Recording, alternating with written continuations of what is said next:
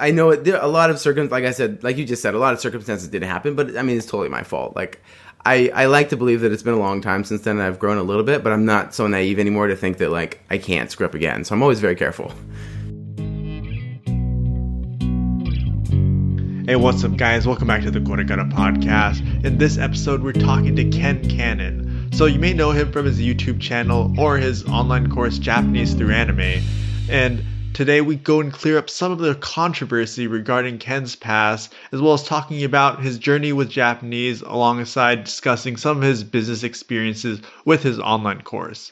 So as always, we have bonus clips on Patreon, and if you're watching on YouTube, we'd really appreciate if you could like and subscribe. So I hope you guys enjoy.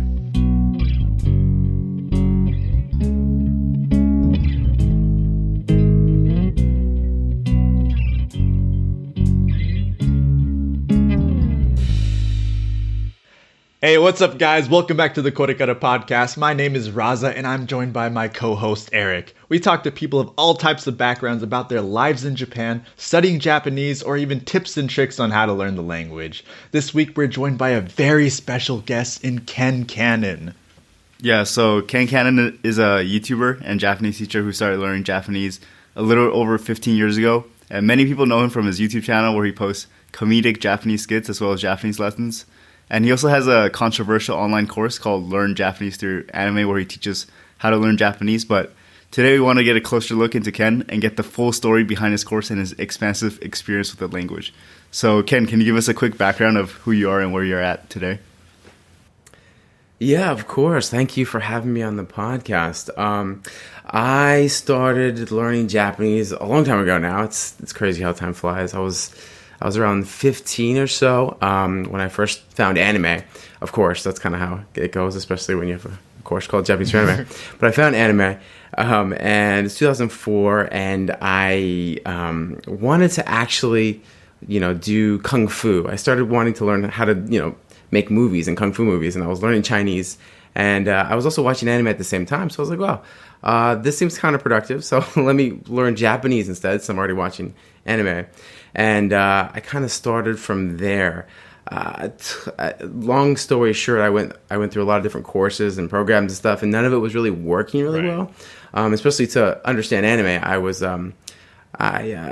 learning a lot of formal Japanese is what I noticed later, and words that weren't quite what I was watching. So it wasn't working for me. So I decided to kind of take things into my own hands, and I developed several different methods on how to learn Japanese by yourself. And taught myself to speak or to understand anime at least in the first 11 months, and that was great, and it was really fun. I went to Japan, had a lot of good times there, and I think about 6 years later, when I was like 20 years old or 21, I started a Japanese YouTube channel teaching little fun videos, and it started to get really successful. I was like, wow, this is pretty fun. So I made a course, an actual full-fledged course. After that, and started to teach people the method that I used back when I was 15. And that was about 10 years ago now, and I've been doing that kind of ever since. Wow. It's quite a long time with the language. Too long. Yeah. But yeah, I guess we're gonna start by addressing the elephant in the room here that we've you've heard rumors, of course, for a little while now, but we've heard the whole thing of, is Ken Cannon a scammer, and this whole notion of that. So, I guess just to get to the bottom of that, what exactly happened? How did this kind of notion even pop up? Of course, yeah. So 7 years ago, in 2013 is when I first launched this thing called a Platinum Group. I had been teaching the Japanese anime class that I told you about just a second ago for about 5 years at that point. And everything was going good. People really liked it. But it was all recorded. It was just videos. And so I wanted to kind of take it to the next level and do let me do some live stuff. And I found out that one of the biggest things that people have a problem with when learning Japanese is that they don't stick with it, right? It takes a long time to learn Japanese, at least a year, right? At the very least. So I was like, okay, how about I make a whole year course instead of just a few months? I'll just be with them throughout the whole year, and we'll do live classes, and we'll talk live and whatnot. And I launched that thing in 2013, and I have to go back a little bit. Actually, when I was 14 or so, I developed a social anxiety disorder. And that's what led me to learn Japanese too, because I was kind of in the house all the time watching anime. But anyway, I had this social anxiety disorder, and it had been years since it flared up. So I was like, I'm probably cured. I didn't even think about social anxiety at the time because I was 21 at that point or something. Oh, wait, no, I was like 23 actually, because it was a couple years since then. But I taught this, so I was like, okay, I just taught this live course, and I didn't realize like how much different live courses are. It was really nerve-wracking, especially because I'm making this content and I'm literally seeing the reaction right in front of me. Like, oh my God, are they liking it? Is it good? Oh my God. You know, there was so many people. I had 30 people in the original one, and I promised private lessons to every single one of them every month. And that was kind of my biggest mistake, because I had to do all these lessons for everybody. And I got behind on them really quickly because there were so many. And so getting slowly behind the private lessons while trying to teach this course, it kind of got to me, and I started to flare up this social anxiety that I thought was gone. At first, I didn't even know what was happening. I was just like, oh my God. I was just kind of really freaking out.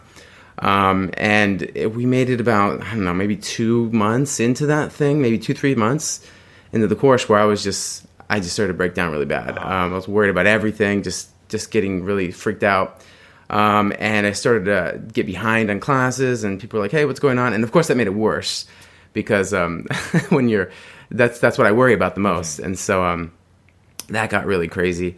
And I kind of just pulled back slowly. And at the same time, simultaneously, I was running advertisements on YouTube. I've been doing that for years. That's kind of how I get clients and students and stuff. And I was doing a lot of advertisements at the time. I was doing about $10,000 a month. And that's fine, because usually we make it back in students. You know, students come in and we spend money, and it's fine. But right around the same time, Google, this was 2014 again, they were doing a software upgrade. So they changed their platform, just the way they, what's that called? The user interface, how they, target advertisements. And they sent several emails about it, and I didn't check anything because I was freaking out about Platinum. And apparently they said, okay, if you don't do anything, we're just going to auto update it. And I didn't even look, and they auto updated it apparently. And I found this all out later, because after I had freaked out about Platinum, I looked and I looked at my targeting, and apparently what happened, because I teach Japanese, right? So it's a little confusing. One of the parameters about how you target advertisements is what language does your customer speak. Right. And usually we target English speakers because we want to teach them Japanese. But I suppose something got messed up, and it started targeting Japanese speakers. And so it was running for a couple months like that, and I didn't notice it. And before I knew it, I was like $60,000 in the hole. And that had happened a month or two right after the Platinum fiasco. And it all just kind of hit me at once, and I just kind of went into this crazy spiral of depression. Like, it's all over. Like, I lost everything. I lost everybody's, because they paid for Platinum, and that's all gone with advertisements. And then they're mad at me, and then I can't create content, and I'm super late. And I just kind of like shut in for like 2-3 years. It was really bad. So that's what happened. And people got, the people that were in the class obviously were mad, because like, where the hell did he go? We paid for this course. He's gone. And it makes perfect sense. And I came, and I think I first contacted them again. Maybe it's been about 2 years after that. And I reached out and I said, I'm sorry, and I apologize. And by that time it was already, the story had blown up. I'd noticed on the internet that people were talking about it, which obviously they would. Makes sense. And I tried to make amends, and so I contacted everybody. And ever since then, I've been kind of giving them free classes. So I've given them free courses for life. A lot of them, some of them don't really want anything to do with me. So I gave them, refunds, and also giving them free classes to anyone who wants it. Fortunately, I'm really fortunate about, I actually still have about half of the students that were in that class are still taking classes from me to this day. So they kind of they're really nice, and they forgave me. Obviously, I'm not making them pay for the classes, but so that's been about 7 years since that happened. And so that's where the rumors started. Half of them are rumors. Like some of the things that happened that they said online were things like, Ken's on the run with a bunch of money, and he's running from the FBI. I heard like all these crazy stories, and Jesus Christ, I wish I had a bunch of money and I was running. But none of that happened. The law didn't get involved. It was a small class that I just kind of screwed up. And I've been trying to make amends ever since. I see. Well, I actually did hear that FBI story. It was so I was like, oh man, what are we gonna hear today? It's a fun story. It's great. Oh man. Yeah. People were like taking pictures of random houses at one point. They're like, I found Ken. This is his house. I was like, oh my god. What are they doing? It was getting terrifying at that moment. I can only imagine kind of like coming back to the internet and all of a sudden this is what's circulating around. Am I wanted by the FBI? Like, yeah, I thought it was true at first. I was like, oh my god, really? Yeah, it was. I looked into it, and yeah, I wasn't, fortunately. So. Oh man. So. Yeah, what a crazy amount of circumstances going on over there. Yeah, really, really crazy. Obviously, all my own doing, but still. Yeah. Man. But so that's kind of what happened. So I mean, I know there are a lot of like I said, like you just said, a lot of circumstances didn't happen, but I mean, it's totally my fault. Like I like to believe that it's been a long time since then, and I've grown a little bit, but I'm not so naive anymore to think that like I can't screw up again. So I'm always very careful. Yeah. Because the social anxiety never really goes away, so you just kind of live with it. Right. Yeah. I mean, I guess speaking of social anxiety, we can even just start right from the beginning here and like how you even actually got into Japanese. Like you mentioned before, you had social anxiety and it kind of led you to kind of going towards anime, with Dragon Ball Z being one of the first, right? Yeah. Oh yeah. Good old days. Yeah, so I guess like how exactly did you like find like Dragon Ball Z and anime in the first place? Like, and I mean, you mentioned that having this disorder was like very hard on you, obviously, in a lot of circumstances at home as well. But how did it feel like when you were able to find that first piece of Japanese art over here? Oh man, that was a glorious moment. That was one of the good moments. I was watching Dragon Ball Z when I was in middle school, but it was dubbed, so I didn't even know what anime was at the time. I was just watching like, oh, this is cool, and all my friends watched, and I was like, oh, that's cool, cool. And then it wasn't until a year later when I developed this social anxiety disorder, I was like up late at night one night. And I was watching Toonami's like Adult Swim. I don't know if it's really old school. I do remember that. I remember I back in the old Cartoon Network Cartoon Network at night, going to Toonami. Oh man, those are the days, man. Those are the days. Yes. Yeah. Yes. So I was watching that, and Inuyasha was one of the shows that was on, and I got really into it. I don't know, I guess because it was kind of dark, and I was in a dark place, so I was like, oh, this is cool.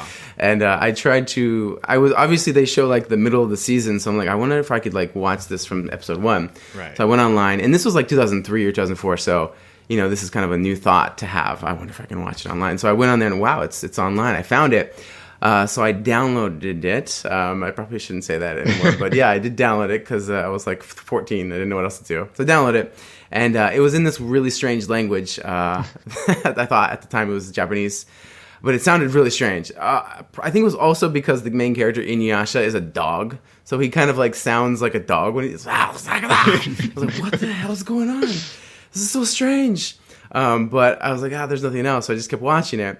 And I started to grow on me. I was like, oh, I like this. This language he's speaking. This is cool. And I got super into it. I ended up watching the whole season.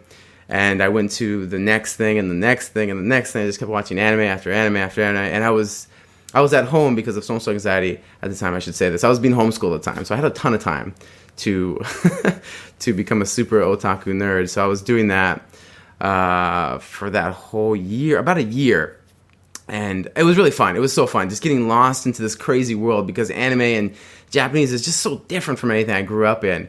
And it was really cool. I felt like I'd fallen into this deep like hole of just, I don't know, like Alice in Wonderland feeling, like, what is this world? It's so cool. That's kind of what it felt like. But at what point did you decide to actually like start learning Japanese? Because I'm assuming you were watching with subs, right, at that time? Yeah, I was watching with subs for, I think it was, I don't know, it might have been a year at that point. It was a long time, but it was like a lot of anime because I was watching like 8 hours a day, so it was too much. But it was all with subs. And maybe almost a year into it, I was trying to learn Chinese, like I mentioned a little bit ago.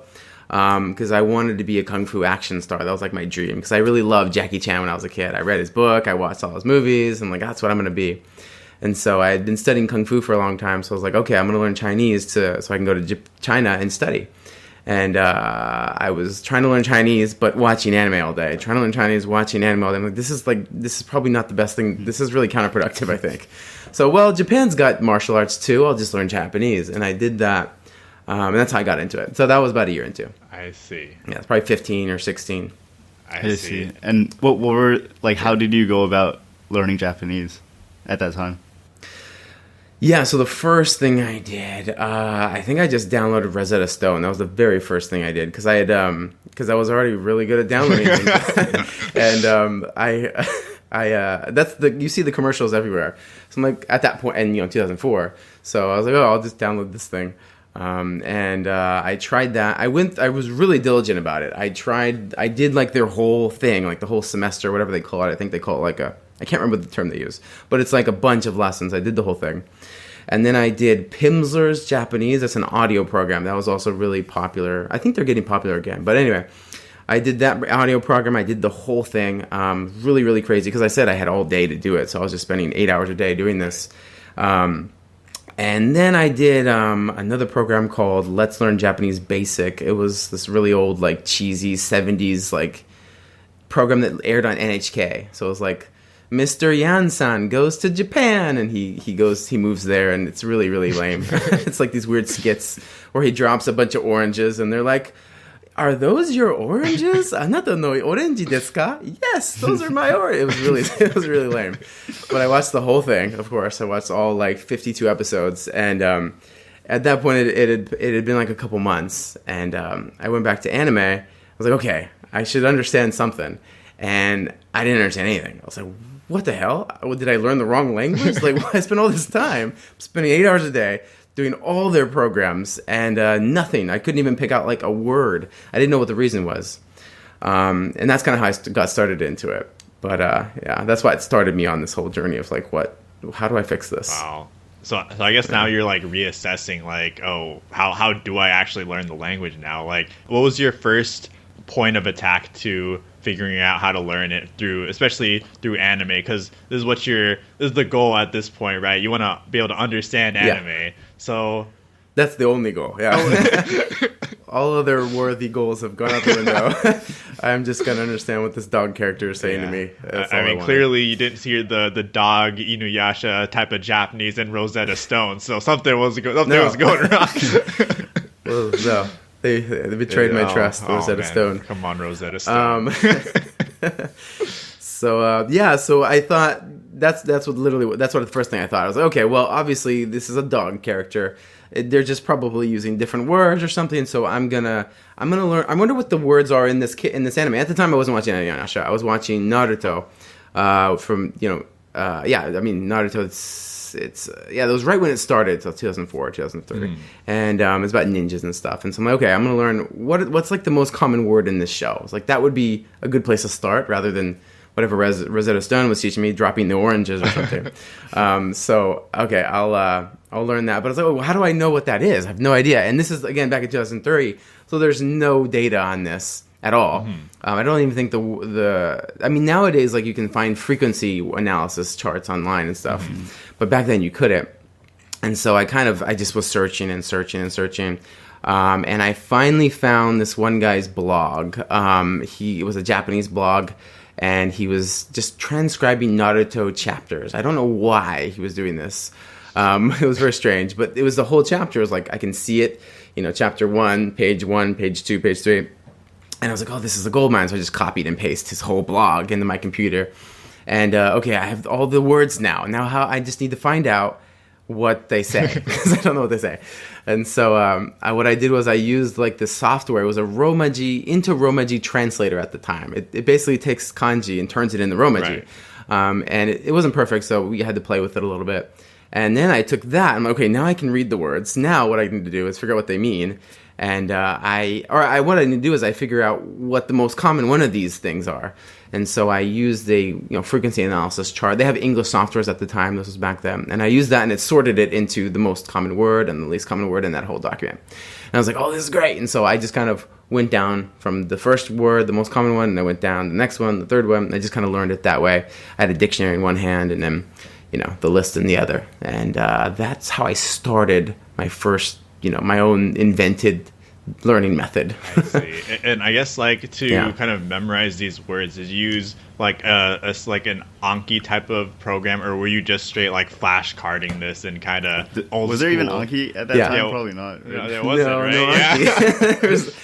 They may have existed, but it might have been crazy minor. Like no one used Anki at that time. It was non-existent in terms of popularity. Anyway, I'm sure there was some kind of spaced repetition software, but it was probably belonged to some college, and they didn't share it on the internet. So I just used flashcards, like straight up. I made flashcards the old school. I still have them right in front of me. Not those original ones, but I'm using it for something else. I have a deck here for pitch accent.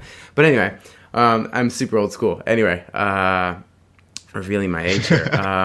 So I didn't use any Anki. No. I see. Oh man, really going at it. So I guess now you kind of have the words here, but how did you kind of grasp the grammar then? Because that's the next step, right? Because you have a bunch of words, but if you're not able to have the grammar to go and structure it, you won't really be able to fully understand everything, right? Yeah, totally. Fortunately, what I found is that those programs that I went through, and I went through several more. I didn't stop at the 3 that I mentioned. I went through six or so in the first year. And fortunately, the grammar was accurate, right? The grammar they taught it doesn't change between anime and formal speech too much. There's a few things, but the structure, the particles, and the way the verb tenses conjugate are pretty much the same. So that part held true. So I just had that already built-in knowledge that I spent learning. But the words were really the big thing. And I also developed a couple other things. So I didn't need the grammar, so to say, but it wasn't enough. Just having the words and then a knowledge of grammar. So I figured I was just watching the anime all the time, and I was like, I wonder. I think I think I could probably just watch a lot of this, and it would probably I'd probably just start to understand it. Like, why wouldn't that work? I don't know. It was a really stupid. I thought it was a stupid idea, but I was like, I'll just watch a lot of it. I took the subs off, and I just started watching. And I did just raw Japanese. I was like, oh, this is not fun. I don't understand anything. I'm just watching this all day long. It immediately took the fun away. So I was like, okay, I'll put the subs back on. And then I understood an episode. I was like, wait. Well, I'm not learning. Okay, what the hell am I going to do? And so I decided, well, I'll do both. And so what I did originally, I called it the subtitle tutor when I released it in to the public later. But at the time, I was just like, okay, I'll do this technique. I'll watch the episode with subs first so I know what's going on. And then I'll immediately take it off and then watch it again, the same episode without subs. And I figured that would my brain would connect the dots between, what I knew it meant that they were saying because I just watched it and what I'm hearing currently. So I'm like, okay, that'd be cool. It was really cool at first because it gave me the illusion that I could understand Japanese because I already had watched the episode and they say these things like blah, blah, blah. I'm like, oh, I know what that means. Open the window. I know that. I understand Japanese. This is great. And so it kept me motivated. And I was able to take the subtitles off, which apparently is really important. So I did that for a long time. And I did a couple other things with subtitles. I took them off at certain points. I watched them first with subs and without subs. Did several different things. I used the same kind of logic with manga and video games. And those are the kind of things I taught in my course later on. Right. But I did a bunch of things. But the general foundation is that. I just was, basically what I was doing was input, which I didn't even know existed at the time. I thought I invented the damn thing, but no. Apparently, it's a very a sound logic. It's got some theories behind it. So, yeah, that is pretty much all I did. Those three things. Was there an anime that you used a lot to do that, or because you probably had to choose a simpler anime in order to follow the plot and stuff? Right. I did play around with that too, obviously, because, harder anime is something even something like Death Note at the time was really difficult. So the simpler animes, it turned out that Inuyasha, the author, wrote pretty simply. So Inuyasha and Ranma was another show that she made really super old. And I watched both of those really, really a lot. I did it with Naruto too, and I did it with Bleach. all the big ones back in the day. But the one where I first started to like really understand things, and it was several months after that, was Ranma I was watching. I remember the exact moment where I understood. I was like, oh my god, I actually understand what's happening here. This is really crazy. Do you remember the scene? Yeah. What was that moment? Oh, yeah. Oh, what exactly happened in Ranma? It's not cool or anything. It was really lame, but it was cool to me. It was this, I think it was like episode 26 or something. It's weird. I remember the episode. Uh-huh. It was where Ranma and this girl, Akane, his I guess his fiance, were ice skating. It was this ice skating thing, and they were battling in ice skating kung fu, and they were like fighting this other couple, and it was very non-manly, but it was it was that moment when they were ice skating. I was like, whoa, because it was kind of a weird line, because I understand what was happening because I had watched the episode before usually, but when I watched that episode, I realized, wait a second, I don't just know what they're saying because I watched it before. I actually understand that word. I know what that means. And so that was really cool. That was about 11 months in. Wow. Yeah. Once you took a step back, it must have been kind of funny. Like, oh wait, they're just ice skating. Wow. Yeah. It was not super, complicated anime. It's not super complicated language or anything, but it was still monumental. Yeah, to me. I mean, I can imagine and you have that like feeling of breakthrough. It's like, oh man, like it just completely like redefines like the whole language for you personally. It's a great feeling. Oh yeah. Oh my god, that was. It felt amazing. I mean, obviously, as you can imagine, I spent all this time doing this thing that I thought that I was beginning to think wasn't going to work, and finally. It worked, and it was pretty cool, especially because when you go off on your own like that and you develop all these crazy methods, you're like, it's all on you. So if you don't have anybody, the method, and many people have learned with this method before, it's probably going to work. You have like nothing to believe in. So it was pretty scary for a while there. But when it finally works, yes, oh my god, it was so cool. I mean, it really just takes you so much deeper into the media. It's what I found, because you can understand things like, the pronouns that Japanese has. There's like way too many, but they all, have like a special feel to them. And, the sentence and particles are really unique. And my goal at the time was like just escaping into this anime. And so that just really made it even more crazy real for me. It was so fun. Oh my God, it was great. And then, so the next step after that, what did I do after that? Gosh, I kind of put Japanese, I went to Japan. That's right. I went to Japan like a year later after that. Immediately when I got to understanding anime, I kind of stopped studying, so to speak. I just watched anime for a while. Right. But when I went to Japan later, that was pretty crazy, because I didn't know that, I mean, I knew I could understand anime, but I didn't know if I could understand like real live people, or if I could say things back to them, because you don't talk back to the screen. Right. So that was also really, really, really, really scary. But that was also really fun. I had talked on Skype to people before that, and we can talk about that a little bit. But that's kind of what I did after that, and then I just kind of went back to school and became a normal kid for a couple of years until I started JTA when I was like 21 or something. I see. So I guess we can just go talk about Japan first here. The whole reaching the motherland here after all this time, kind of grinding it out. So I guess upon arrival, were the real life English subs what you thought it would be?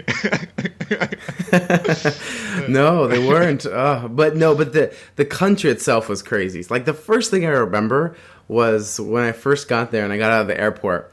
I just looked, because I was also watching dramas and stuff at the time too. I was watching a lot of dramas and a lot of like variety shows and stuff. So I'd seen like the country too.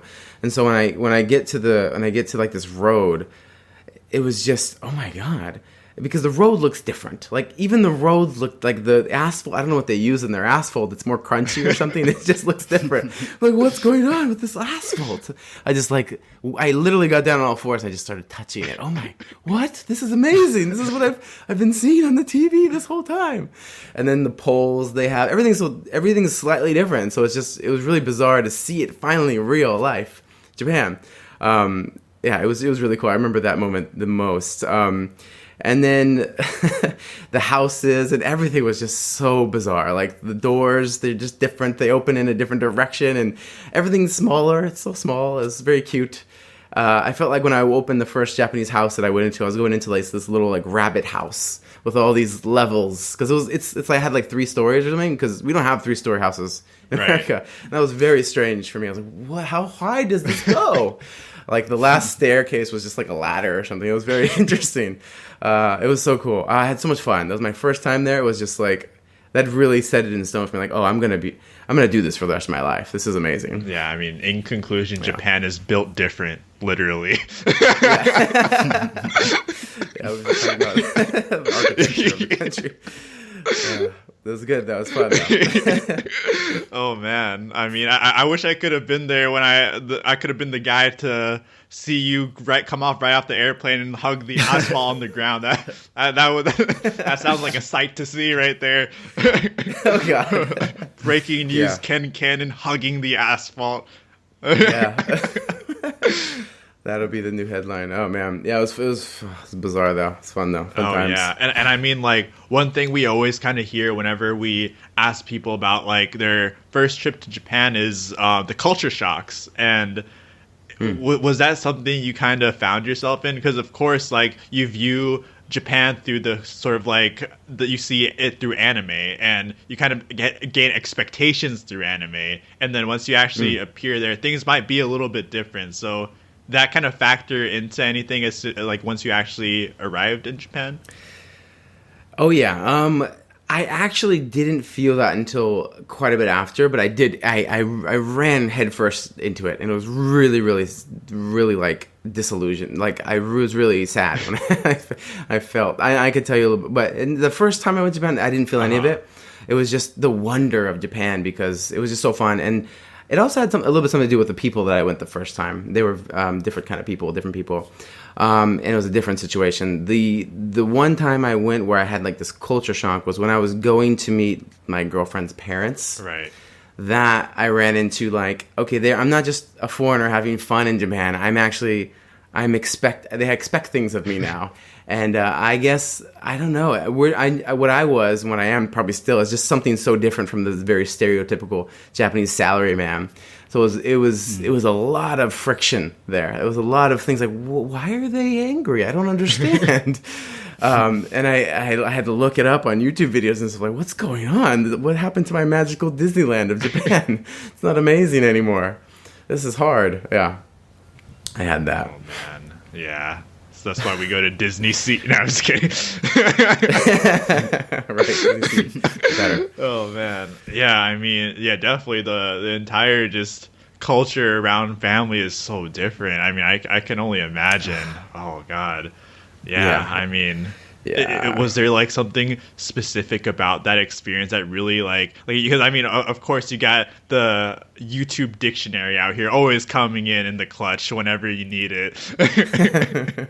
Yes, very reliable. Did you find it? Everything's 100% everything true. is true. Yes. Did you find something maybe that helped you kind of understand what was going on in this kind of unfamiliar situation you were being put in? Yeah, totally. So when I ran into that, it was after I had started GATA, Japanese Anime, the company. So I was working from home, and I had a very unique work situation. Right. So I worked a couple hours a day at most, and then I just I had a lot of free time because I had people that worked for me, and they hand managed some other stuff and things. So I always did that. And when I went to Japan, and I was staying at her family's house, I took work off. I was like, I'm just gonna take work off, and they're like, What do you do? Do you have a job? Like what? Oh, he does things on the internet. What does he do on the internet? And they didn't understand the whole concept at all. They were just like, oh, he's a homeless freeloader. Oh, okay. And no matter how much I tried to show them my cute videos, they're just like, okay. Well, we're gonna have a talk.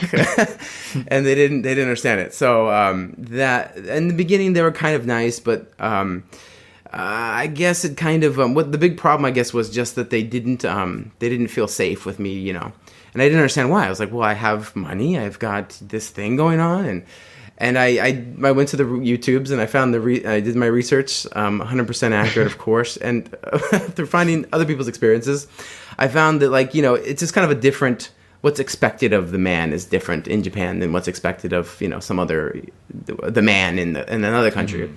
And I found that a lot of Japanese salarymen go to work, and they go to work all day, and they don't come home till very late, which is, we've heard stories about this, but to the extent I didn't understand.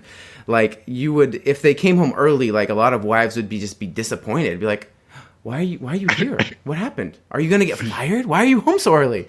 And so a lot of men would go, I hear stories about men going to konbini, go to the convenience store after work because, like, I can't go home, it's too early. My wife's going to think something's wrong. So they would eat their lunch in their car all by themselves for like 2 hours before they went home way late. I'm like, oh my gosh, this is very different. It's very strange.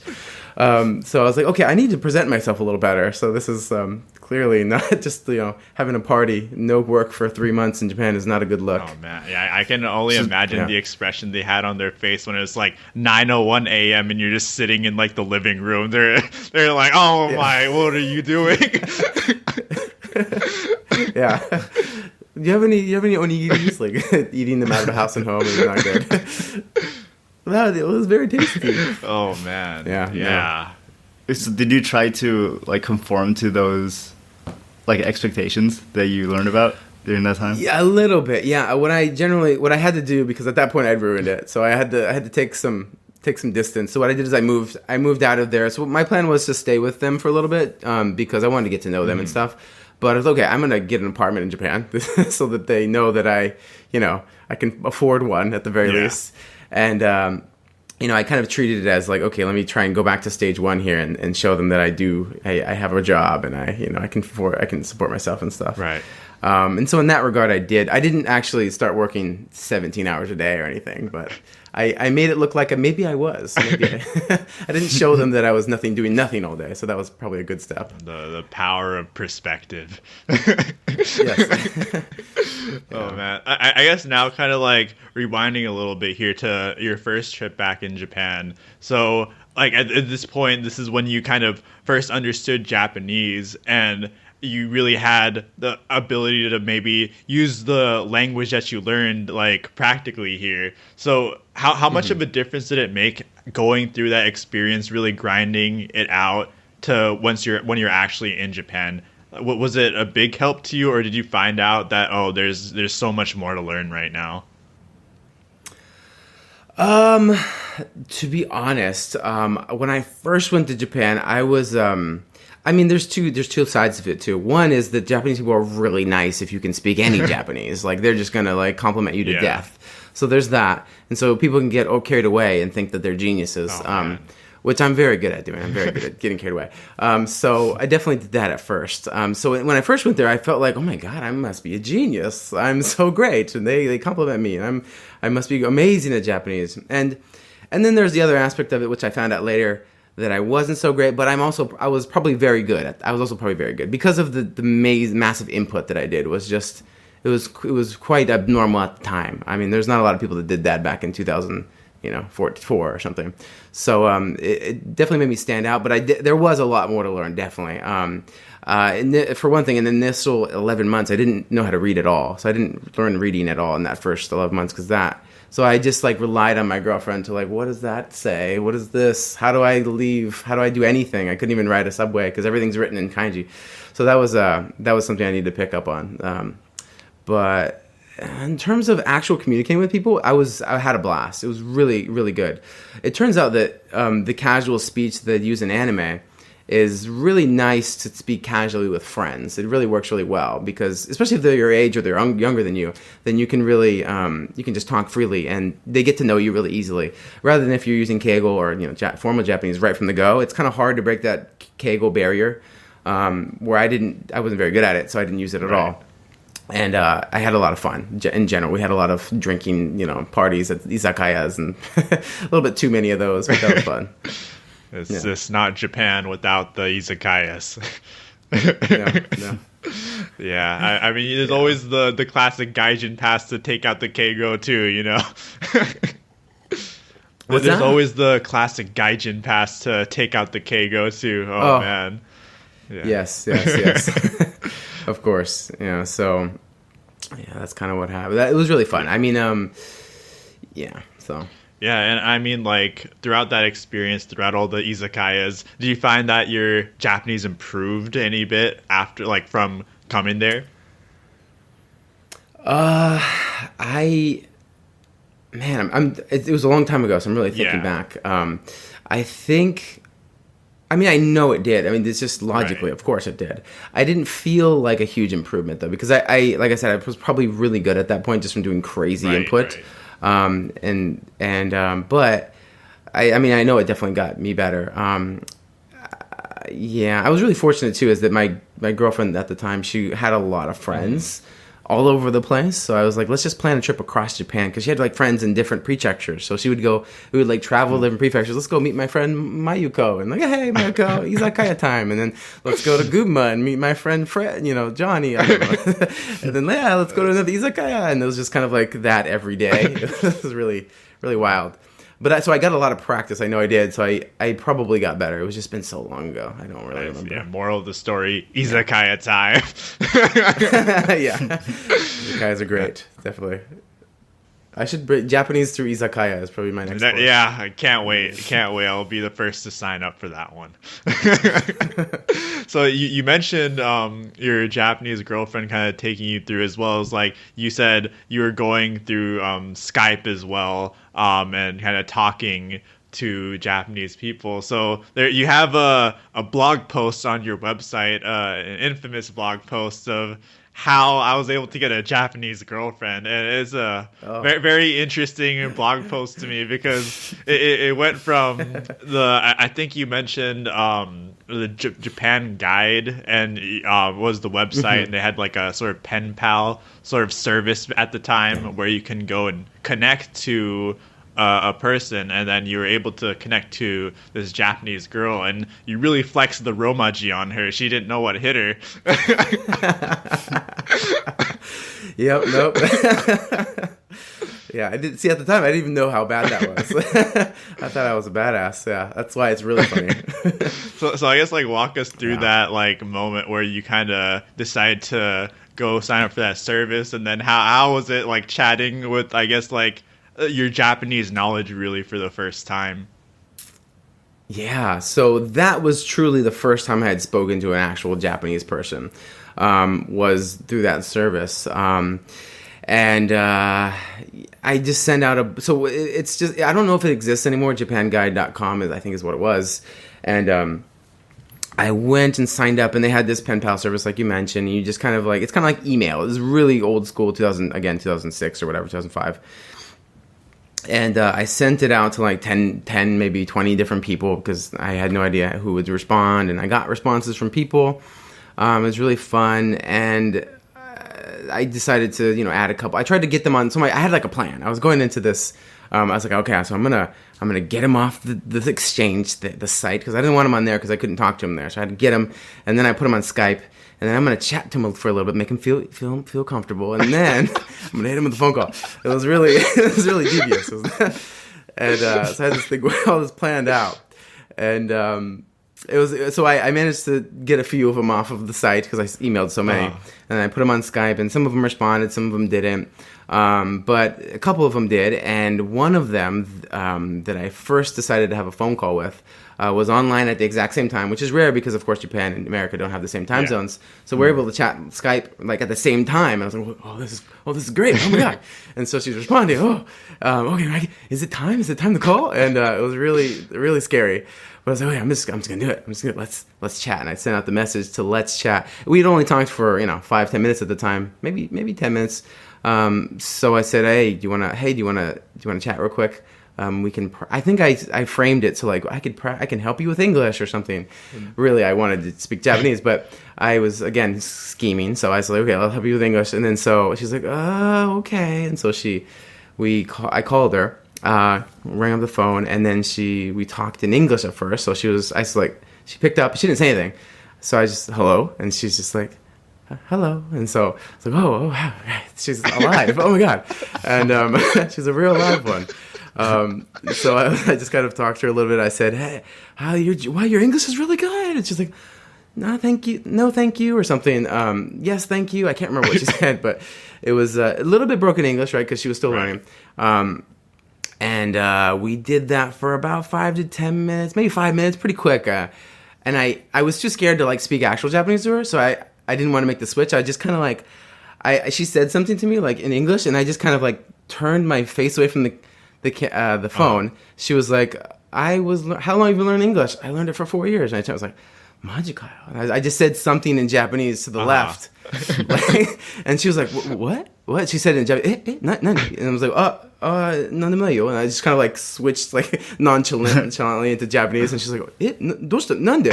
Majide? And she was really surprised.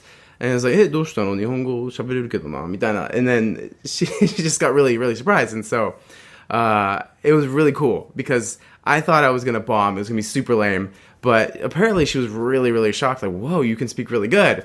And we just started talking in Japanese for like 4 hours. And that was amazing. Just straight. And we got to know each other. And yeah, we got to know each other really well because we started a date after that. And I could talk a little bit about that. But that's how the first conversation went. Yeah, because So that was your first time speaking ever? The first time ever, yeah. That was it was really, really scary, but yeah. Oh, it was good. I knew I could do it because I've been, I understood everything the anime man was saying, like the anime characters. So if that was anything to speak about, but I was like, I just sound. All I gotta do is repeat what they say. It shouldn't be too hard.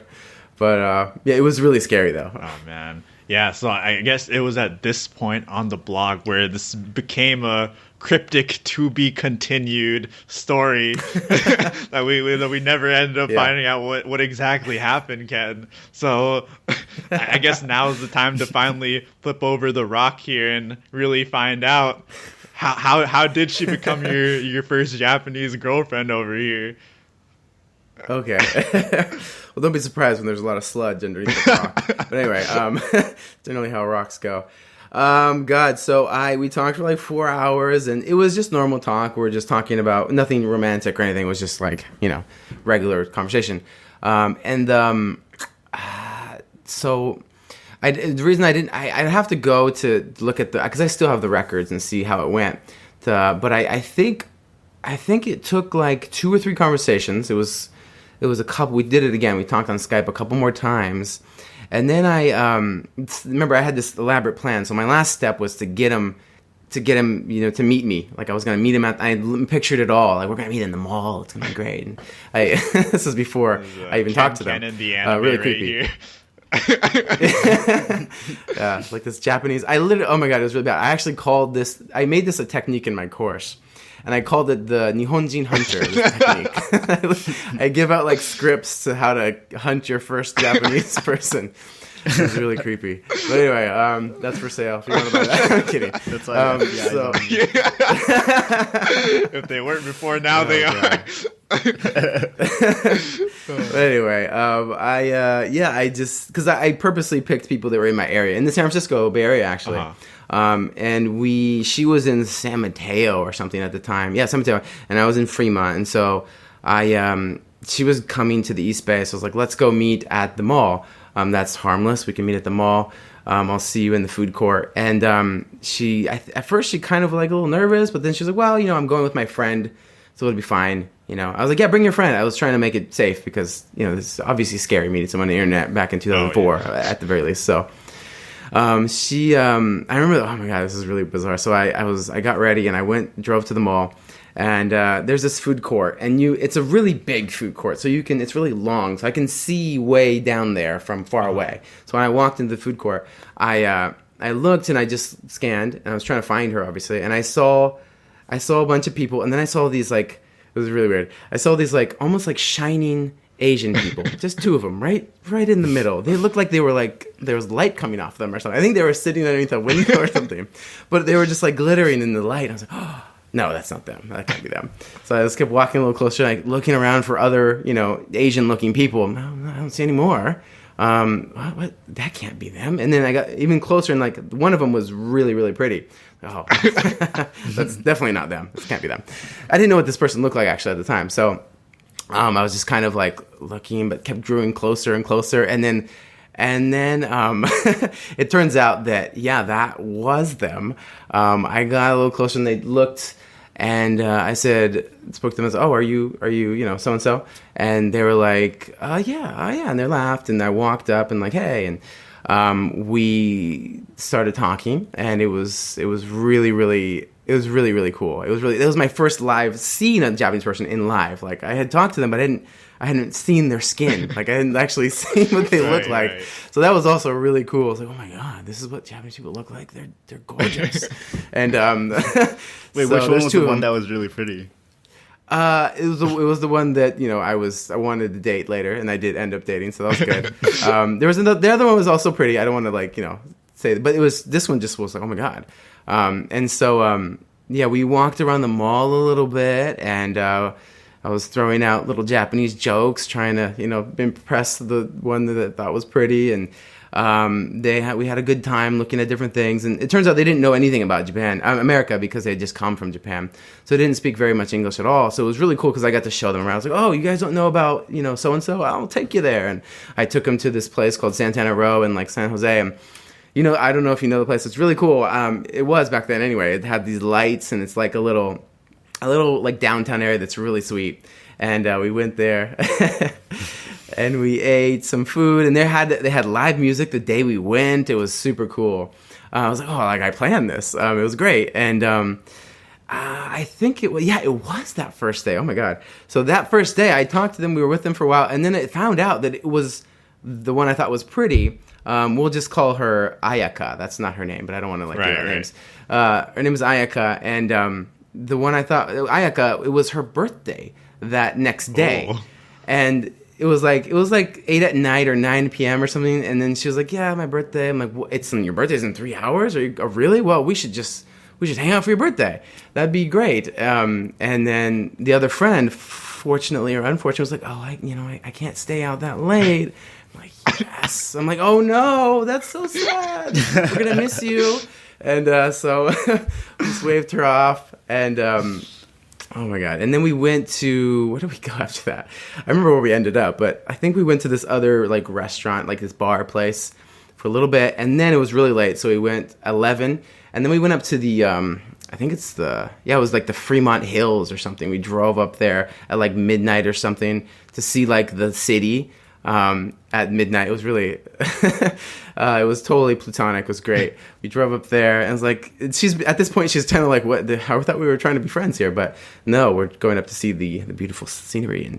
And so we went up there and we talked and had some fun. And after that, we talked until really early in the morning. It was like 4. It was starting to get sunshine, and she was like, I gotta go because my host's parents are gonna like freak out. I gotta go. And I drove her back. Nothing's happened at all. And I'm like, okay, well, that was fun. That was good. I tried my best. And then we drove her right into her parking in the driveway, and she was about to go. And then I was kind of like, are you gonna go? And she was like, yeah, I'm gonna go. I'll see you later. I'm like, oh, are you sure? Yeah, well, okay, well, you can go if you want to. It was really awkward. And then all of a sudden, I just kind of was like, well, no, you don't have to go. You could stay. And then pulled the arm over her shoulder, and the rest is history. So that's kind of how it started. Really awkward, but it's fun. One thing I gotta say right now is I can't wait until we see Ken Cannon, the method actor, over here. Oh god. Oh my God. That was amazing reenactment of the scene here. I got the entire picture in my head fully visualized. It's straight out of an anime, man. Yeah. It's a long time ago. Maybe I mixed some elements with anime. But anyway, no, it was fun. Oh man. So this was then the same girlfriend that you met up in Japan and then went izakaya time across the country with, right? Yeah. Oh my God. She was so cool. We're currently not together, but she was awesome. She took me all over the place. She had so many friends. She was actually she liked to travel a lot. So she had traveled the whole world, almost the whole world at that point. And so she had friends everywhere. And so it was really cool to like jump to different prefectures and, have a good time. Wow. A lot of practice. Wow. Yeah, and I mean, now you've gotten all this practice. You've gotten a Japanese girlfriend. And when was it that you decided to take your talents to YouTube? Oh gosh. So at that point, I was already. I think I had started a YouTube channel or something. I don't know. No, I don't. It was a little bit because I had started the YouTube channel and then I started the course like a year later. So it was around the same time though. But I started doing like little videos really early, and then I did the very next year or two later I started the course. But yeah, it was right around there. Yeah, it was a little bit after that. I see. Yeah. So, yeah, I mean, you really went and took all those experiences and kept that sense of humor going and became YouTube. I mean, quite a fun time. I mean, I personally remember seeing some of your videos like back then. This is before like I didn't really know anything about like Japanese. It just like popped up on my feed. Little young me here, and I was like, oh, defiling your mind. Sorry. Oh man, hey, but I mean, I thought it was pretty funny. There's parts What video? It was. I think it was when you're like showing the like Japanese like cuss words. I think, and yeah, I mean, start. That was my first video. I think the YouTube algorithm came through in the clutch there, because it was like around the time where it's like, you know, everyone's like, what how do you swear in that language? Oh, how do you swear? You know what I'm saying? Yeah. And I just like happened to get hit with the video, and I was like, oh, so this is how it is in Japanese. Like me knowing nothing about Japanese, so it was a funny video to say the least. So it's yeah, walk down memory lane for me too, man. Man, yeah, that was my first video. It wasn't my first YouTube video. I had made a video before. I had actually started a different. I started a different channel. I was on a different video, and I made a video, and then that was my second video. It had nothing to do with Japanese. I see. But I kind of, I did exactly what you said, because everybody was searching for cuss words and stuff back then, and there was really nothing. There was no good results. Even on Google, there was a bunch of lists, but they were like fake. They were like mixed words together. Well, this is not real Japanese. And so I decided, well, if a lot of people are searching it, I looked actually. There was like this tool called Google Trends. You can see or not Google Trends, but the keyword planner or something. You can you can see how many people are searching for this certain thing, and there was like nobody making videos, but there's a ton of people searching. Like, this sounds like a great start. I'll make a video, and then I just got a bunch of free organic traffic. So that got popular really quickly. I mean, that was my first video. I got like a couple tens of maybe like 20,000 views the first month or something. So I was like, wow, off to a good start. So right, yeah, wow, that's how it started. And I guess like when did it kind of translate into like deciding to start your own course, which would kind of like become like an entire business, right? Yeah. So if I rewind a little bit, what it really started with was I made this other video right before before that cuss words video. It's really embarrassing. I've never told anybody. I don't think I've told anybody. It's I don't know if you've heard of Owl City. It's a band. Fireflies. You do? Okay, God. Yeah. Oh yeah. So that was really popular at the time, and so he has this song called "Hot Air Balloon," and I don't know what the hell came over me, but I decided to make a dance video to the lyrics of "Hot Air Balloon." It was a really crazy idea. So the lyrics are really like visuals. They're like, I walked down the stairs into the big case, and then I did this thing, and I lit a match, and he said all these things that he was doing, so I just like kind of acted it out. And so I did the stand scene with the match, and it was so lame. It was so dorky, and it got like 100,000 views in like a couple weeks. And I was like, oh my God, what is happening? I immediately deleted it, and this is embarrassing. And cowered in shame for a couple days, and then I was like, wait a second. I might be kind of good at this YouTube thing. Maybe I should try again, but in something that's actually serious. And so that's how I started the swear words video. So I kind of had this. I was going into it with like, okay, if I could because I always wanted to be. I was kind of entrepreneurial when I was a kid. Like, if I could make something happen on the internet, that'd be cool. But I don't know what. So that's why I made the video. I was trying to see if there are people who want to learn Japanese, or I don't know what I could do, but it would just be maybe make some free videos, and it caught on. Right. So that I did that for a couple months, and I made a couple videos, but yeah, I mean, I did that for a couple months, and then halfway through, I had like a newsletter as well. Halfway through, people were talking like, we want more, because I was only making like a video a month or something at the time. Like, can you make another video? Can you talk about this? Can you do this? And there was just a lot of stuff. So I was like, okay, how about I just teach the whole thing? Because I had, taught myself how to learn Japanese. I'd mentioned it on videos, and people were like, okay, well, yeah, let me get some of that. Let me hear how you did it. And so, okay, I'll make a course. It'd be great. And so I went in my basement and I started to design this course. I went through all the other courses that were popular at the time, these Genki textbooks and, Japanese from zero. And I checked all these things out. I was referencing all these different things and taking stuff back from my original ideas when I learned Japanese, and was in the cave for a couple months, and I came out and launched it on YouTube 2011. I think it was January the 1st. I think it was like one of the first days of January. And launched it. Just said, hey, I made a course. People wanted to get some. People have been asking me for it, so I made a course. And I limited it to 100 people because I didn't want to be overwhelmed with a bunch of people. Even though it was recorded, I still wanted to work with people. Right. But that sold out like the first day. It was really great. Wow. And so that started the Japanese anime company. Wow. Yeah, I mean, it's also really crazy to me because like, obviously now you have like courses upon courses like everywhere you go, but back then it was like pretty revolutionary in terms of like thinking of just like, okay, I'll make a course. And because at the time like the competition were like people who are like really big incumbents, right? Like Rosetta Stone, like people you think like, oh, you can't, there's no chance you can compete with them. Like, so I guess like, how did you think like, oh, can I just make my own course here? You're implying that I thought about this. No, I did. No, it was pretty. So, let me think. How did I think that I? I want to go back to what you said.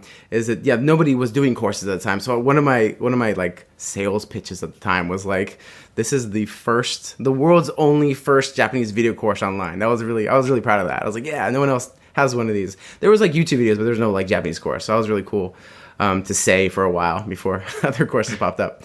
But so how did because I knew that they were not good. So I knew it was going to be good because like I took the Rosetta Stone, I went through Pimsleur's, and I studied all the other courses. I'm like, that it didn't get me to learn anime. So like that, there's no way that they could just keep doing that. This is going to be better, so that people are going to like it. And also because I knew that anime was big. So I also saw that like every other course was also teaching formal. Right.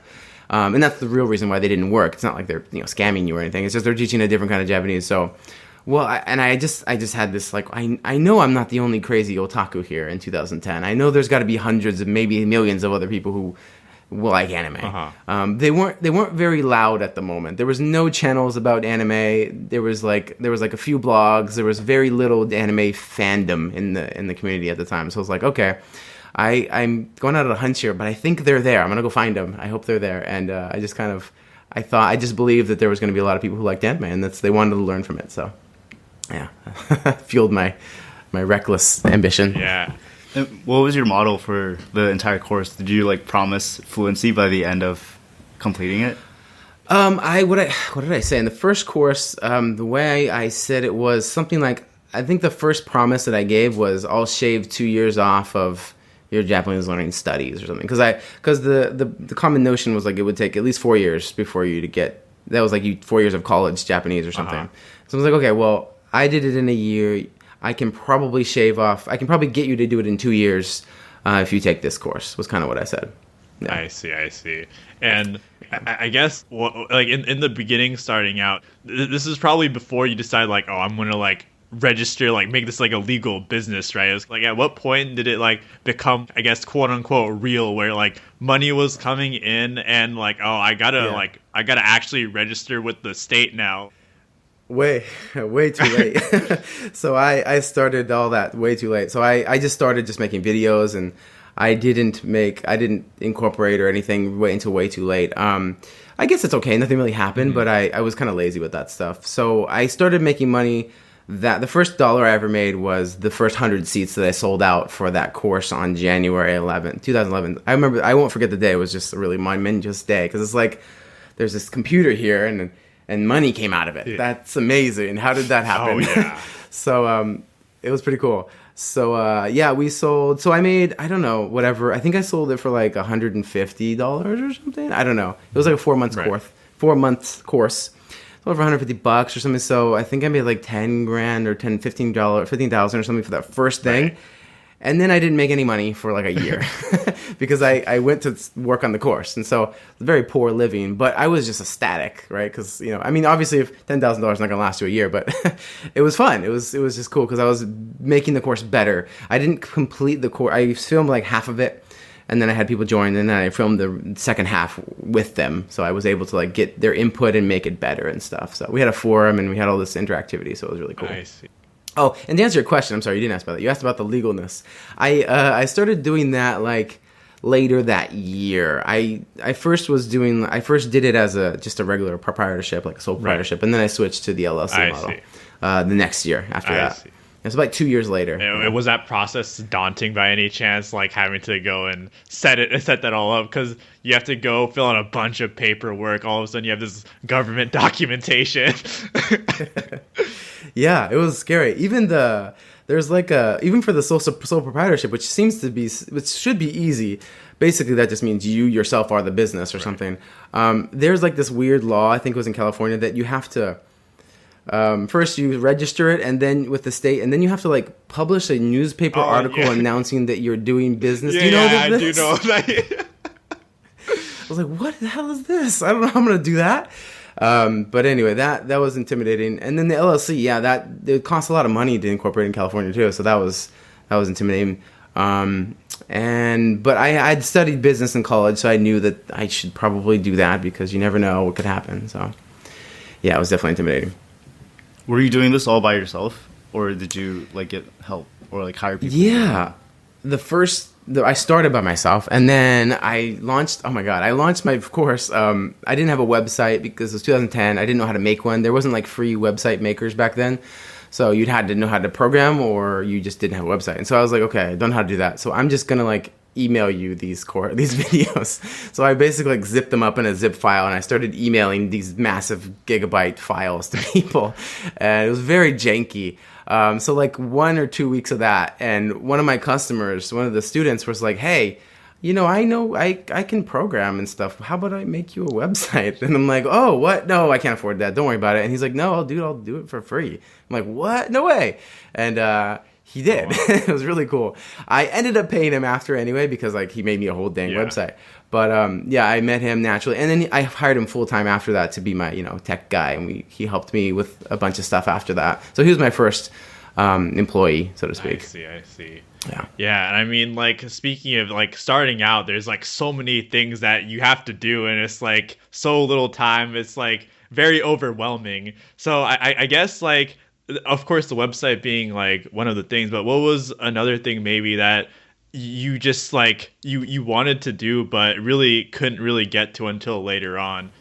Yeah, the website, definitely, there's a lot of, it took a lot of work to communicate, but fortunately the guy that I hired, he was super cool. Uh-huh. He was just starting out, so he wasn't like a professional either, so we worked on it kind of together. He would send me, how about this type of format? And I'm like, oh yeah, we worked at this. So we spent a lot of time building that first website. Right. And it was really fun. It was kind of overwhelming, but I had him as a teammate, and he knew what he was doing. Mm-hmm. So it was a really collaborative process. I really enjoyed it. So that part wasn't so overwhelming. The more overwhelming part for me was, I think, dealing with customers and students, because, like I said, I had this social anxiety thing that I thought I had conquered. Uh-huh. It would get to me because I would make a video and then I don't know if that was good or not. Maybe they hate it. Maybe it sucks, and that would creep up to me all. That was always like in my ear, right? Like you're crap. You make crappy videos. You talk too much. You're boring, and so that was probably the worst part for me, more than the actual building of it, because that was kind of fun for me. I see. Yeah. Yeah, and I mean, like, I guess like going off of that, did you ever find like a spot where you felt like maybe you tunnel vision too hard? I know like when you're really trying to build on something, like let's say for example the videos, you start going really hard on the videos where you might like lack in some other area where you then like after you take a step back you realize what? Yeah. So that happens all the time. Yeah. I know exactly what you're talking about. Yeah. So yeah, I'm really bad at that. So I'm bad at multitasking in general. Just like if while talking to you, I couldn't do anything. I don't even know how. I'm drinking water now. I don't know how it doesn't spill all over me. I'm just so bad at doing anything else at the same time of something. So I'm really bad at that with business too. So I'll make videos and then I'll forget about everything else. I'll forget about so I'll work on advertising. And then I'll forget about all the videos, and then people will get mad over there, and then, oh, I'm sorry, and I'll go do that again, and it's just like there's this like seesaw, this this like tug of war of like me being pulled in different directions because I do too much of one thing and I lose track of all the other things, and that was really bad. Yeah, it hadn't it's always been like that until, I mean, it's still like that now, but I have more teammates to help me, so it's easier now. I see. And I guess to like kind of measure like productivity and like I guess what your like main goals are. Do you have maybe any like short-term, long-term goals? Kind of like, okay, maybe like this week I want to get this done, this month I want to get that done, and this year this is like the end goal type of thing. And do you have any of those set up like maybe in the beginning or maybe towards like maybe sometimes when you were like more deep into the business? Yeah, I'm always setting lofty goals and being constantly disappointed. Definitely. I mean, if you could see my room, it's always filled with like papers and post-it notes and like journals and all my desktop is like filled with notepads of different ideas and different goals and schedules that I never live up to. Yeah, so that's definitely, I'm always doing that. And I think it helps. I mean, I don't think I would have no direction if I didn't do it, but I do feel, yeah, it's hard. It's definitely hard. I haven't quite gotten the trick of it yet, but I think I've been doing it for so long. I mean, I don't know I guess I'm doing all right. It just seems so chaotic sometimes. Right. Yeah. Yeah. There's notes everywhere. I don't know if it's supposed to be messy, but it is. Organized chaos, right? Yeah. Right. And I guess maybe like going a little bit further on that then, like, what was maybe your main goal when you started the business? Like, what did you want to accomplish right from the beginning? Yeah, so I wanted to be self-sufficient. I was in college at the time and I hated what I was studying. I wanted to study business. I studied film at first, but then I switched to business. And I thought I switched to business because I was like, there was no business. There hadn't had business as an undergraduate at my school. And so I was like, they have economics. That's probably the same thing. I'll just do that. And no, big mistake. That's very different. I mean, you learned a little bit, but a lot of it was macro. There's macro and microeconomics, and macro is just like how the GDP works and how politics influence people's buying decisions. It's like, oh my God, this is getting me nowhere. I hate this. I don't want to study this anymore. This is not going to be useful for me. And so I was like, I need to get out. And so at that time I was making videos and stuff, and I was like, okay, I want to be able to not do this anymore. Mm-hmm. I want to just start my own thing.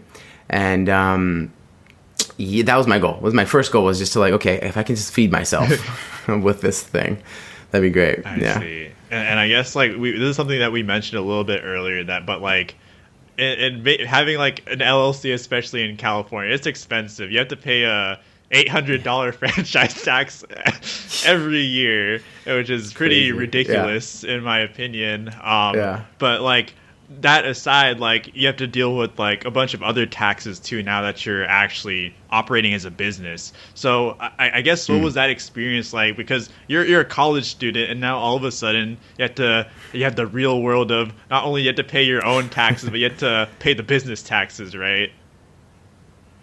Oh God, yeah, that was definitely that was intimidating. Yeah, so the whole speaking on taxes, man, that was. I did that way too late. So I was late for my dad the first time. I think I filed for the extension, and then I think I was still late or something. But anyway, I tried to put it off as long as possible.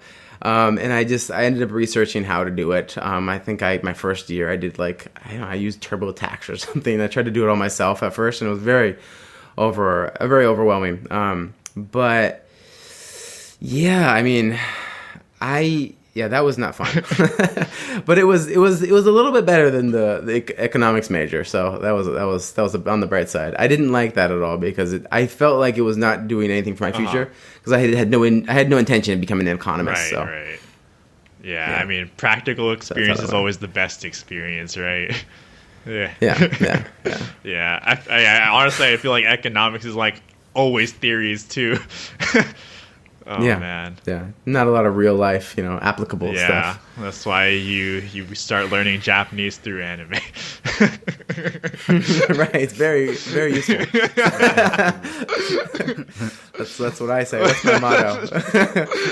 Why economics when you can just do that? Oh man. Oh yeah.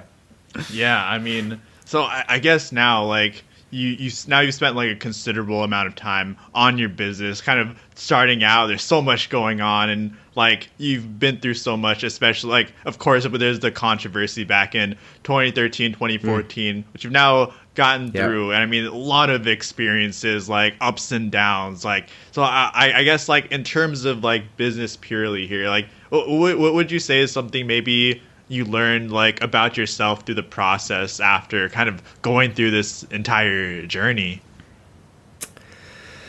So speaking from where I am now. Yeah. Oh God. Yeah. So I learned so many things. I was stupid back then. I didn't realize how dumb I was as a 20-year-old. I've learned so many things.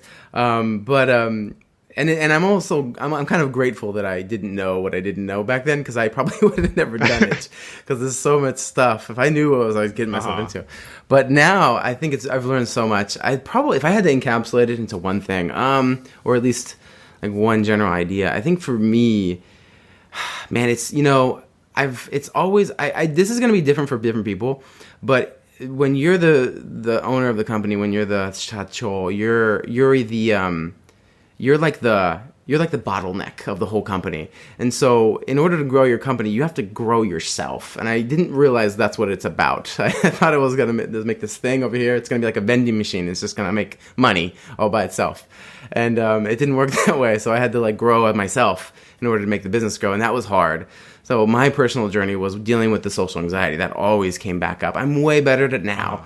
But it's just been a constant journey of like dealing with people's expectations and dealing with like guilt of like I should be doing more, I should be working more, and my thing should be better. And that journey has always been hard for me. I assume for other people, if they have whatever their inner demons are, you're probably going to battle them if you start a company. They're going to come up and bite you. So that'd be my advice, is to really look at, take the perspective of, okay, I'm going to be going on a journey of myself with this business. Right. Yeah, I mean, I think that's like an excellent way to look at it. I mean, really, you do learn so much. It's crazy, man. Yeah, I guess like, and I guess even in the midst of this business journey, we talked about, of course, there's like the controversy of the low, but you also experienced homelessness at one point of this, right? Yeah, as a direct result of all that. Yeah, so that was right after. I mean, it wasn't immediately after. So what happened after the whole platinum incident was I put my head in the sand, and so when that happens, bill collectors come, and when you don't got the monies to pay them, they take your things. So they evicted me. I got my car towed, and I put all my stuff in storage. At the time, it was like the most I could do, and like mentally. Right. And then I went to go stay with a girlfriend at the time or something, and sleeping on her couch. And that wasn't a good look, but I was still with my head in the sand, but I also didn't tell her what's going on. So it was really bad. So I'm like, she thinks I'm this great entrepreneur because I was previously living in a pretty good place, right? I was able to support myself pretty well. But I was like, I'm just going to stay with you for a couple weeks. It'll be fine. I'm just going to, before I go to Japan, I didn't tell her anything. And so she's like, okay. And day after day, I couldn't even like buy groceries. She's like, why can't you? I was like, oh, my check, the money, it has to go to another bank, and it has to go to, it takes a long time to transfer the money. And she's like, oh, okay, so I'll just cover this. I'll get this for you. Yeah, then I'll probably pay back. And it was really like kuzu, like just a trashy person during that time. But also my storage that I had, I didn't pay attention to it, and it got auctioned off. So I lost everything I owned up until that point. All my furniture, all my computer with all my data of JTA, the files, all my notes and stuff, and pictures when I was a baby. So that made it worse. Oh, and so then I'm just even more depressed. And what happened here? So then I went. We go back and forth for a little bit. I sort of sleep on different friends' couches. So I slept on this friend's couch, and I was kind of exhausting my places at that point. And then the last final thing was I didn't have any friends' couches to stay on anymore. And so one of my friends, he was like,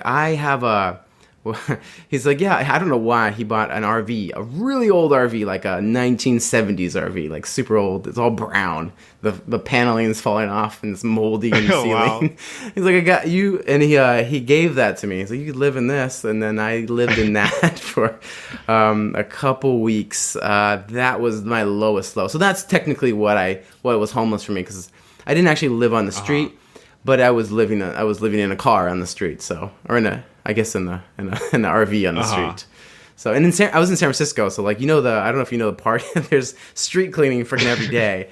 So I had to like wake up at the crack of dawn at 4 and like move my big fat ass RV to another location while it made these like puttering sounds and hoping it didn't break down. It was really bad. Really crazy experience. Wow. So that's what happened then. And then I was like, I gotta pull myself together here. This is not cool anymore.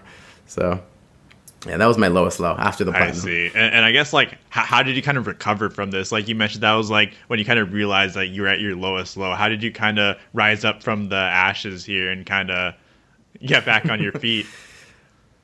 Yeah, rise up from the sludge. Yeah, definitely. I remember this pretty clearly. This was I had this idea in my head that everyone hated me because obviously the platinum thing, and I hadn't responded to anybody, and I have to just throw away JT. I just can't do JT anymore. It's just impossible because everybody hates me. When in reality, the class was relatively small that I taught, so the people that actually hate me were probably small. And there was rumors going out around me, but and there was all over the internet, but I didn't mean it was everybody. And so I had this realization like 2 years into it. I was like, maybe everybody doesn't hate me. Maybe I can try this again. And so that's what stopped me from doing it, because I thought that it wasn't going to work because everybody hates me. But I decided to try it again. I made a video and I spoke really honestly to people, and I'm like, well, all this crap happened, and I want to try and start up JT again. I'm making this new thing. If you want to join it, it's okay. You don't have to. I think I had it. I think it was like free for first. It was like a free course or something. Just like, join it and then pay later if you want to, type of thing. I wasn't trying to because I thought they hate me. So and it worked, and a lot of people joined. I think I got like 280 people to join that. It was free, so I didn't make any money immediately, but people sent me money anyway. And I was like, what are you people doing? It was so nice. They would give me donations of like $100, $200. Like, wow, this is amazing.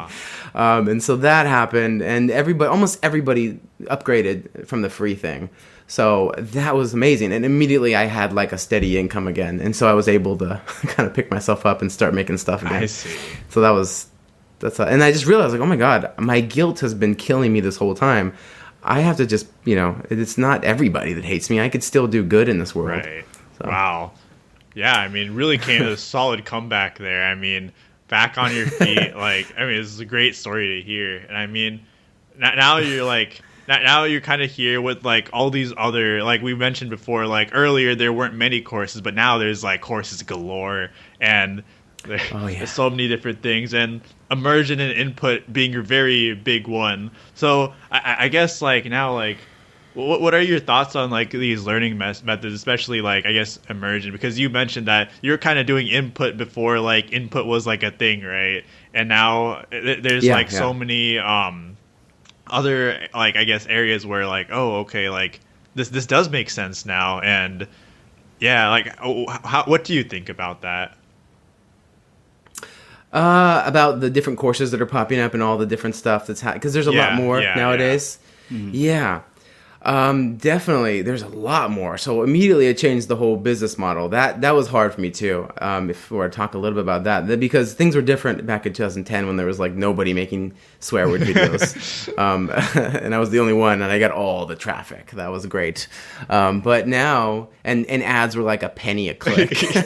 But now things are expensive, and all the ads are really expensive, and there's a bunch of videos, and people are freaking good at making videos. Oh yeah. Like you have to compete with these really good creators. And so it was a different world when I came back, and it was really hard. So what I think of all of them, I guess I was intimidated at first because there's a lot of clutter now. There's a lot of stuff, and I had moments of thinking I'm not going to be as good as this other stuff. But then I just kind of realized that that a lot of people were, because a lot of stuff you can learn for free nowadays. I realized that a lot of people were. Because it's the opposite almost problem, where there's so much information that people don't even know where to start. There's so many different methods and videos and courses and things coming at you in the ears and up the nose, and so you're like, what the heck? What do I do? What language do I learn? How do I start? How do I learn it? And so there's a really good quote that I really like. I can't remember exactly how it goes, but what was it? I think it was like, people are flooded with knowledge but starving for wisdom is a quote that I really liked. That is a great and I'm like, quote. whoa. Yeah. I'm like, okay, if I can supply some wisdom, like that would be good. And so I took the approach of kind of directing people through the chaos of all the videos and all the different courses and stuff. I'm like, okay, so this is the method that seems to be most effective for the most amount of people, for the most amount of circumstances, and you can take this and do this. I'm just kind of like a guide now rather than anything. So I guide people through the chaos, and if they want to learn by themselves, they can. Right. I guess, can you like briefly talk about like the exact process that leads to that fluent Japanese in 11 months? Oh yeah, of course. So what's the best? Okay, so I have a book out right now, and I just launched this little book, and it has the map in there, and so what I describe in there is probably the best way to say. So what's in there is I do through three stages. Now. So I basically say that there's a primer stage, then there is a input stage, and then there's an output stage. And so I describe it as, you want to have a primer first. You just don't want to go whole into input first, because it's going to be really hard. It's going to be very boring, and it's going to take a long time. So I find that students learn a lot quicker when they have a solid base, like a foundation. So I describe it as a primer. And in the book, I talk about the qualities of what's a really good primer, what to learn from, what to get the basics. And one of the things that I talk about are, the most frequency analysis. So like the most commonly used words list is something that I use in anime. I have a word list of the most commonly used words in all of anime, and I give that out in the book. And I say this is a good starting place. You can use this, but look for other qualities, things that teach high frequency, so that you can immediately start picking up words. And then also, what else is the other thing? The quality. Oh yeah, and it's also very basic. It's not too intense. So maybe like 2 to 3. If you're gonna do the process in a year like I did, the primer should be like 2 to 3 months, maybe 4, really short. And then you go into the input stage after that. And in the input stage, I describe different techniques, like the one I mentioned to you, which was the subtitle tutor, where you take the subtitles off, you put the subtitles on. You do that for another 8 months if you're doing the year plan, because it's going to be intense if you're going to do the year plan. And then the remaining 2 months or so, you practice output. And I describe some different techniques to do that, like the Nihonjin Hunter technique. Nihonjin Hunter. I don't actually call it that anymore. It's a great technique. $5.99 you can buy it at nihonjinhunter.com. I'm kidding. Yeah. So do you think that anime is better than other forms of media? That's a big topic. There's a big answer to that. And there's a lot of different ways I can answer it. But for my students, for people that like anime, 100% the best way they can learn, because they love it. And the biggest hurdle is going to be consistency in Japanese. Like, it takes a ton of hours. It doesn't matter what magical method you have. You just got to put the hours in. And so if you have to have something you can stick with. So I always promote, you got to pick the one you love. If you can just do this every day and you love it, then it's going to work for you. Right. That's the number one priority for me. And then there's also conversations you can have about, I actually think that anime, because I have a background in film, is easier to pick words off of. So in film, we learned that the proximity of the mic is how the better audio quality you're going to get. So the closer the mic is to you, the better it's going to sound, the more crisper, the clearer it is. And so anime actors have their mics right in front of them, and there's no distractions. They're in a studio, and their profession is to pronounce things as clearly as possible. So it's really easy to pick words out of anime. Where if you're watching drama or TV or even real life, there's noises and sounds, and the mic might be a boom mic way above them in a movie. In real life, they may be across the room. And so it's a little bit harder to get your foot in with other mediums. So I think that's a great starting medium. I see. Yeah. But also the thing is, like, with anime, you often see, like, a lot harder vocabulary that maybe, like, Japanese people understand, but they never use, like, sci-fi vocabulary. Yeah. So, like, how long did it take you personally to fully understand 100% of anime? Oh, yeah. So, first of all, yeah, there's a lot of hard stuff if you're going to watch hard stuff. And but the frequency analysis doesn't change much. So I've done different frequency analysis on different animes. And so even if it's a hard anime or if it's an easy anime, the most common words are usually the same. And so you can pick up those most common words really quickly, pretty easily. And then the harder stuff is less frequency. And so it just sounds like noise to you in the beginning. You're just kind of like, watashi wa iku, blah, blah, blah, and then the hard word, and then the rest of the normal sentence. And so, yeah, you kind of ignore that. You just learn to ignore those hard words for a little while. And 100% of anime, how long it took me for... So, yeah, I mean, that's a hard conversation because it depends on what kind of medium you were talking about. So there's still things I don't understand. Like, I'm reading a really hard novel right now, and it's mind-boggling how hard it is. And what's the novel? Have you heard of... what's it called? I don't know I think the English title is Tanya the Evil. It's like an anime. Oh, yeah. And it's a light novel. And I was like, I like the anime, so I was like, I'll read the light novel, and it shouldn't be much harder. And it's a military setting. So the military Japanese is insane. Like the way the soldiers talk to each other is like, what are they saying? And it's so wild how I've been learning Japanese for so long. I mean, I still understand like 95% of it, but like, how do I not know what that is? I've been learning Japanese for, what is it now? I don't know, 17 years now. And so it's wild that there's still things I don't know. But but the most anime, I could understand 90%, 95%, 90% within that first year. So that's kind of where that's where I draw the line of, okay, that's fluency for me. I can understand most things. And then I watch different things. Like I'll watch like a medical drama, or I'll watch a soccer drama, and I'll learn those words, and I'll learn these words. So like there's specific words for everything and every little anime and stuff. So that took a lot longer. So it's been a slow drip of that for the last 17 years.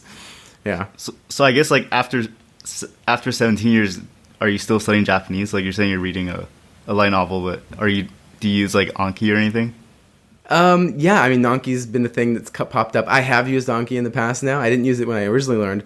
I've used it. It's pretty cool. I like it. I actually use an SRS, a spaced repetition format, in my courses, so I'm very familiar with the way it works. I still study. So right now I'm studying pitch. I've been studying pitch accent for several years now, but I have my first girlfriend, the one I mentioned, she was from Kansai, and so I developed a Kansai accent. I didn't realize I did, and so my pitch was all out of whack. It was all Kansai, and I didn't know, and so I've been trying to fix that ever since. So that's kind of what I'm studying now. So it goes really deep. I mean, but I'll be honest, I didn't study the whole 17 years. So I studied that first year, then I didn't do anything for like 7 years maybe. And then I started studying a little bit again. I just watched anime. That's all I did for 7 years. I mean, I didn't stop watching anime. I watched anime. And I learned stuff. And then I started really hardcore studying again, like within these last 4 years. Because I'm realizing, like, I got to up my game. There's more people. There's good people in the industry. So I'm like, okay, let me fix my weird Kansai accent. Let me read some crazy hard novels. This will be cool. So was it at all like difficult to come back after kind of taking a break? I guess you were still watching anime, but was it difficult? Yeah. It was difficult facing the fact that I didn't know everything in the world. Like, yeah, you have this notion, because I use Japanese every day.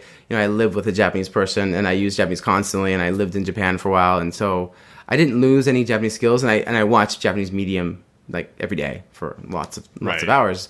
So I didn't lose any ability, and in fact I got way better over the 7 years. But yeah, it's coming to the reality with like, yeah, there's some really hard stuff that I don't know. It's a humble pill that I have to swallow, because you like to pretend that you're amazing because I've been doing it for 17 years, I'm fine. But no, there's some stuff. If you don't study, you can't get it. I see. Yeah, there's a limit. I guess I found out there's a limit to input. I thought input was like this magical thing that just fixed everything, but it doesn't. So I see. Yeah. I guess, like, do you still enjoy anime today? Oh yeah, I do. I watch it with my girlfriend. We watch anime all the time. Well, we just watched Haikyuu like an hour. Oh yeah. Right before this podcast. Yeah, it was good. She loves Haikyuu. Oh nice. There's a lot of feels. Feels are real. Yeah. I was actually just about to ask, like, for like right now we're in like January of 2021. What is Ken Cannon's recommended anime right now? Wow. Okay. For 2021, dude, I am really looking forward to a lot of stuff. Jesus. Oh my gosh. But I think if I had to give like a really good recommendation, what would it be?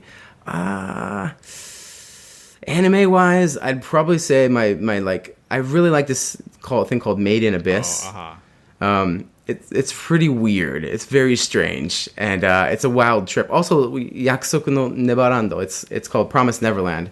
Those are pretty like really good ones that I think have a lot of potential. I like both those, and they have both of them have second seasons approved, and they're coming out this year.